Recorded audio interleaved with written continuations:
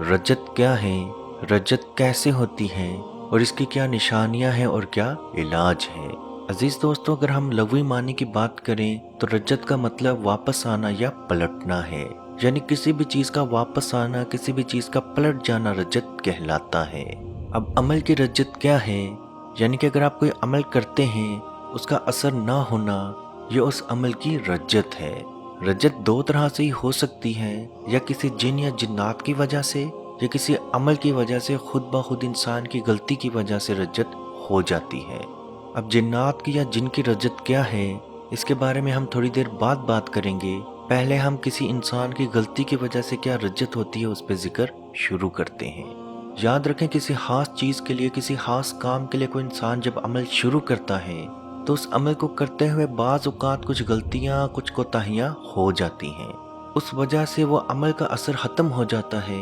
यानी आप जितना मर्जी अमल कर लें, आपका वो काम नहीं होता। तो इस चीज़ को ही हम उस काम की, उस अमल की रज्जत कहते हैं। जब बाज़ दफ़ा आपका वो काम उल्टा होना शुरू हो जाता है, यानी कि आपने रोज़ी या रिस्क के लिए कोई अमल शुरू किया, तो जो रोज़ी या रिस्क आप कमा रहे थे वो भी कम होना शुरू हो जाता है। या कोई अमल आपने करना शुरू किया, आप कर कर के थक चुके हैं, लेकिन उस अमल का कोई असर आप पे नज़र नहीं आता। जबकि वही अमल कोई और करे तो उसको बहुत ज़्यादा फ़ायदा होता है, लेकिन वही अमल जब आप करें तो आपको उल्टा नुकसान मिलता है। अब रजत की क्या निशानी, क्या अलामात हैं? तो सबसे पहले आपका काम, उस अमल के बाद आपका काम उल्टा होना या कम होना शुरू होता है। दूसरी निशानी आपका जिस्म, वो अमल करते हुए आपका जिस्म भारी होना शुरू हो जाता है। बार बार जमाई आना शुरू हो जाती है। ऐसा लगता है जैसे बहुत सख्त नींद आ रही है। सर में दायमी दर्द आ जाता है, और जब यह अमल आप करना छोड़ देते हैं तो यह दर्द ख़त्म होना शुरू हो जाता है। अगर आप में ये सिम्टम्स या अलामात मौजूद हों, या आपके घर में से किसी के अंदर ये सिम्टम्स या अलामात मौजूद होना शुरू हो जाएं, तो आप समझ जाएं कि आपके अमल पर रज्जत हो चुकी है। बाज़ उलमा इकराम इस बात को बहुत ज़्यादा बढ़ा चढ़ा के भी बयान करते हैं कि हर कुरान की सूरा का, हर लफ्ज़ का कुछ सदका, कुछ अमल होता है। जब तक आप वो अमल नहीं करेंगे तब तक आपको रजत नहीं जाएगी। तो ऐसा भी कुछ भी नहीं होता।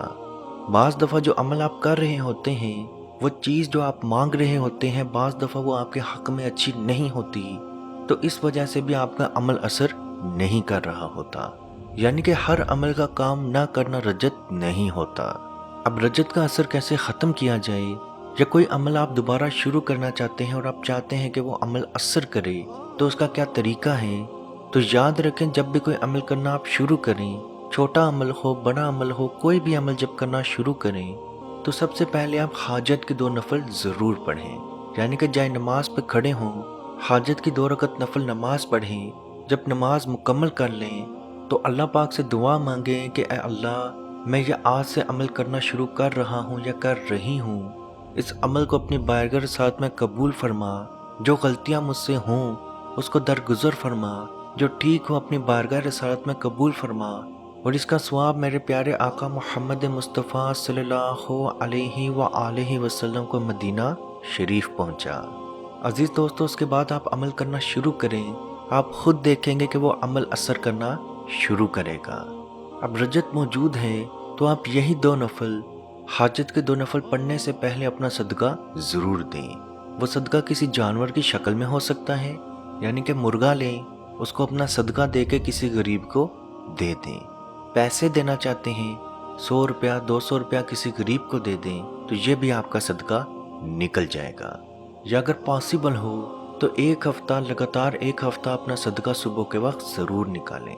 10 रुपये दे दें, 100 रुपया दे दें, जितना आप दे सकते हैं उतना ज़रूर दें। अब जिन्नात की या जिन की रजत क्या होती है, तो याद रखें, बाज़ दफ़ा इंसान जब कोई अमल करना शुरू करता है तो जिन्नात उसको बहुत ज़्यादा पसंद करना शुरू कर देते हैं। जैसे आप कोई वजीफ़ा, कोई अमल शुरू कर चुके हैं, तो जिन्नात चाहते हैं कि आप वो अमल करते रहें, क्योंकि वो अमल आपको करते हुए वो बहुत ज़्यादा पसंद करते हैं।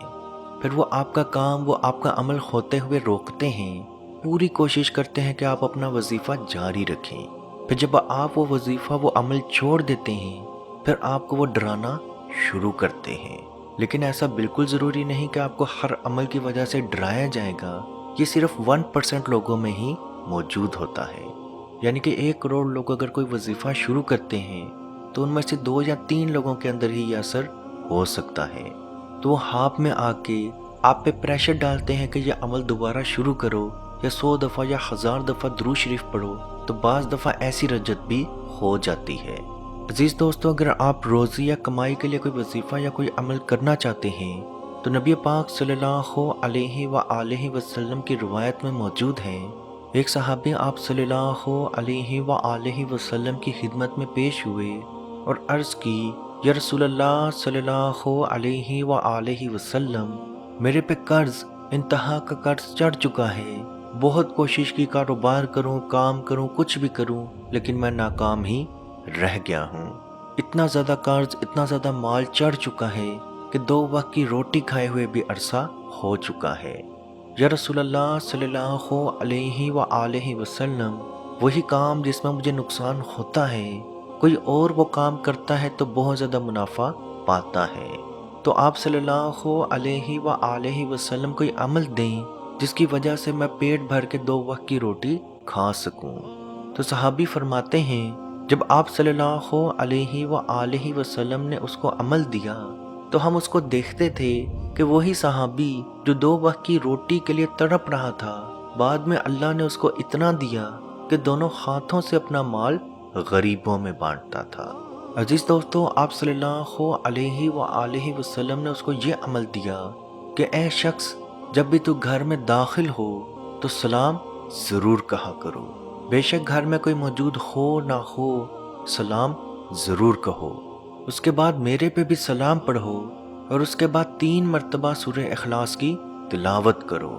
یعنی کہ عزیز دوستو، جب بھی آپ گھر میں داخل ہوں تو 1 مرتبہ السلام علیکم، 1 مرتبہ صلی اللہ علیہ وآلہ وسلم، اور 3 مرتبہ سورہ اخلاص، یعنی کہ قل هو اللہ احد، اللہ الصمد، لم یلد ولم یولد ولم یکن لہ کفوا احد۔